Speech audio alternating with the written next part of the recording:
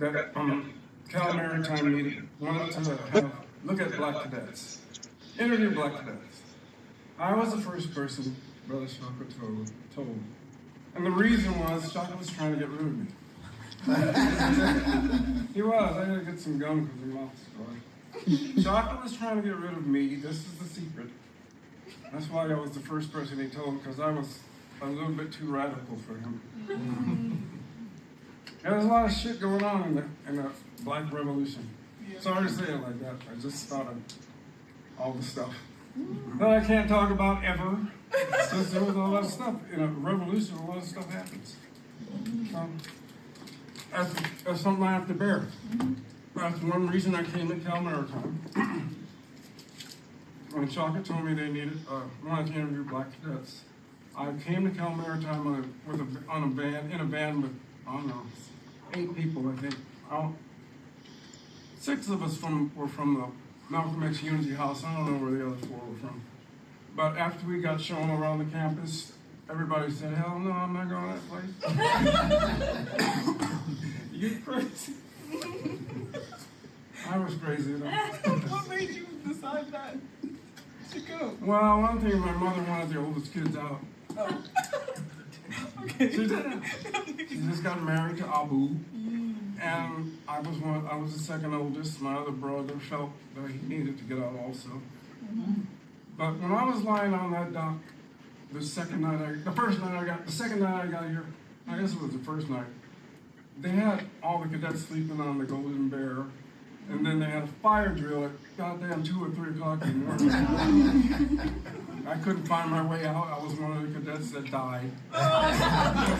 You had to get out at a certain point or the inferno was going to burn you up. So while they told me to get over there and lie down on that dock. It was cold. I was only had my underwear on. I mean, there was a fire, so I got out. I should have put some on though. It was cold, freezing fog. It's in here. And so while I was lying on that dock, and that white guy was standing over me, hollering like a Marine drill sergeant, I said to myself, what the hell are you doing here, man? But I have an ego at that time. I couldn't just quit. When I start something, I want to finish. So that's why I stayed in. A lot of those cadets, they were not happy I was here. Of course. The nasty stares. Part of me has a feeling that I should be over the feeling of not wanting to come to this campus much.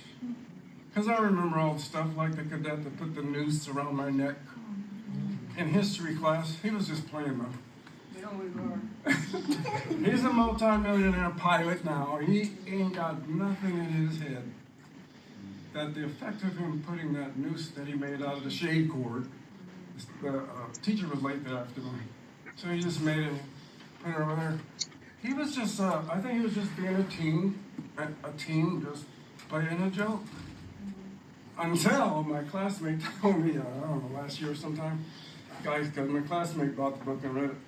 He knows about the part in here about the cadet putting the noose on my neck.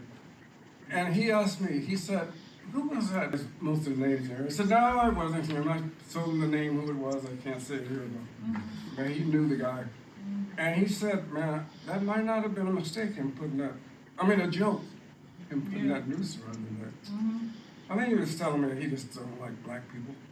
So I can imagine that guy sitting there, I'm sitting in front of him, this little nigger sitting in front of me in history class, and he probably was just, he didn't like it. Because why else would you make a shade cord, a noose out of a shade cord, and put it around somebody's neck? I just turned around like this, because I was in the martial arts at the time, spun around. But I couldn't hit him because they already drilled into the cadets. Any cadets caught fighting were going to be expelled. That's it. Fight, you're out. So I couldn't really hit the dude. I wanted to. Because that's just not cool putting a rope around a black man's neck. And especially in 1974, where you're supposed to be a warrior. I was supposed to do something, man. Not just pretend like I'm hitting the guy. I should have really done something. Here's my weapon. So it looks like a king. No, really, I've been in martial arts most of my life. Right now it's just Tai Chi. Tai Chi push hands. So that's it. That's how I got here. And I stayed. Is that it? I thought like I'm just running the mouth. No, we want you to do that. Especially when I'm You're great. sleepy. I'm going to tell you one thing I got out of Merchant Marine. A lot of officers have the same thing. Your diurnal sleep cycle is effed up for the rest of your life. No.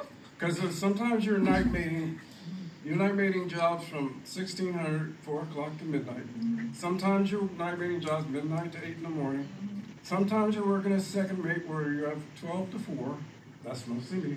I was on 12 to 4, and even to this day, even though I retired November 2011, my brain won't go to sleep till after 4. It makes me so angry.